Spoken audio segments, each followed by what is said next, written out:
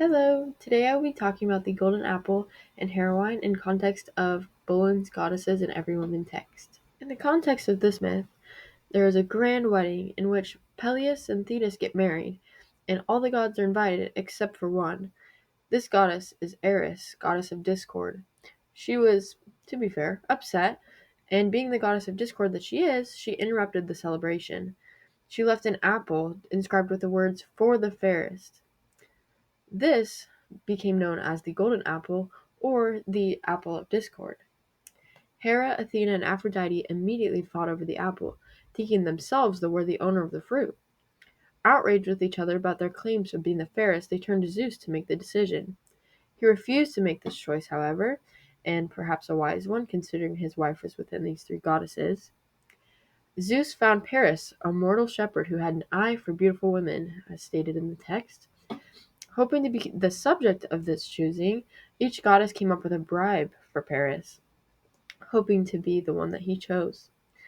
Hera offered power and strength to rule all the kingdoms in Asia. Athena offered him victory in all of his future battles. Aphrodite, however, offered him the most beautiful woman in the world, which ended up being Helen. More on that later. So you may be wondering, what did Paris choose of these three bribes? Well, I'm curious as to what you would have chosen, because I certainly would not have gone for the beautiful option, but it seems that Paris felt quite differently.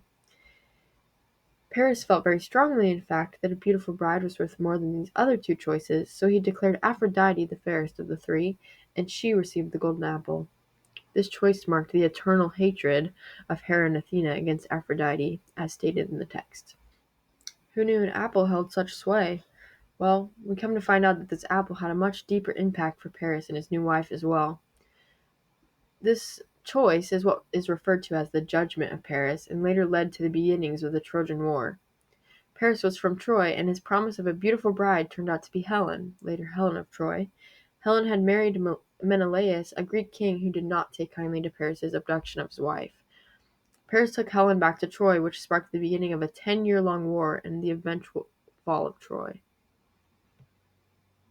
We now turn our attention to the text, Goddesses in Every Woman, chapter 13, which goddess gets the golden apple. We look at the fight to be the fairest and how it's further tied to the female psyche. For Bolin, any combination of the seven goddesses might fight for one's control of the mind over the individual. For example, Hera, Athena, and Aphrodite may represent differing aspects of a woman's life that she aims to chase after. For those Hera-centered women, they may put marriage first. For Athena, a woman may put her career and knowledge first and intellect. For Aphrodite, a woman thinks maybe of her subjective life, in other words, her own emotions and feelings of things before relationships or goals. While this doesn't mean that these aspects are separate or cannot be found in one woman altogether, Bolin feels that one of these figures is more predominant than the others. When it comes to this theoretical apple, then, who wins the contest of beauty and importance in a woman's mind and her life? Bolin explains that, similar to the myth, a mortal man makes the decisions in a patriarchal society. For modern women, Bolin believes that each act is an ongoing reach towards this golden apple. Women want to achieve their goals in hopes of getting this validation, this golden apple, which is meant to give meaning to their worth. These goals, she argues, are the product of our environment. Furthermore, that women may have their own thoughts and feelings, but will conform to the wants of others to get this golden apple. Quote, in her life, which goddess will be honored will be determined by others, end quote, in this instance. For a woman who is more self-guided by her own decisions, she is strengthened instead by the most relevant goddess within herself, and therefore has more control and autonomy of her own beliefs. Bolin goes on to explain how we all have a committee of sorts in our brains, which includes alternate versions of our person, all vying for conscious attention. A chairperson of sorts usually keeps order, although perhaps each member has an effect on their decision making. For Bolin, when this chairperson can't keep order, one member, perhaps a goddess archetype, may take over. This results in the representation of this goddess in their actions and personality. Metaphorically, then, that goddess rules the mortal, says Bolin. Does this lend itself to weaker feelings, or weaker goddesses, perhaps? Or are those more fierce figures with more power have more control over the mortal psyche? Well, Bolin goes on to explain that there may be an orderly process in which each goddess can be heard. This shows how each goddess's value may contribute to a larger personality overall. Additionally, a shift in each goddess's hold on personality may occur throughout life stages, such as adolescence, adulthood, retirement, menopause, as well as midlife. Women may struggle to decide which goddess should have their way, whether their task is large or small, deciding what to eat or making a big career change. This orderly process approach may not always be available in the resolution of this internal conflict. Quote, the conflict within her may feel as unresolvable and unending as the Trojan War once seemed. End quote. Bolin explains how this conflict can feel like an internal battle.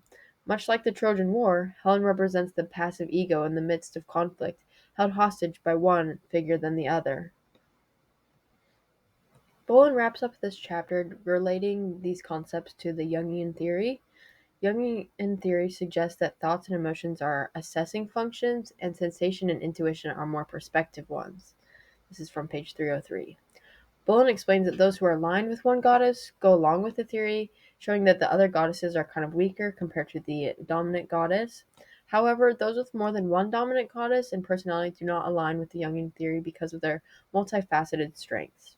They may take from Hera as much as they take from Athena, and this doesn't quite go along with the theory.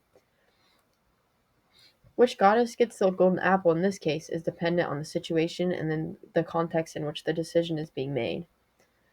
With all these various goddesses in mind, an individual may become more aware of the power that each of them hold, and as Bolin concludes, become a conscious choice maker in deciding who gets the coveted golden apple. This concludes our section on chapter 13 of The Goddess in Every Woman from Bolin about the golden apple. I'd love to hear your feedback. If you have any questions, please let me know. I thought this was a really interesting topic to talk about, so please let me know your thoughts, and thank you for watching.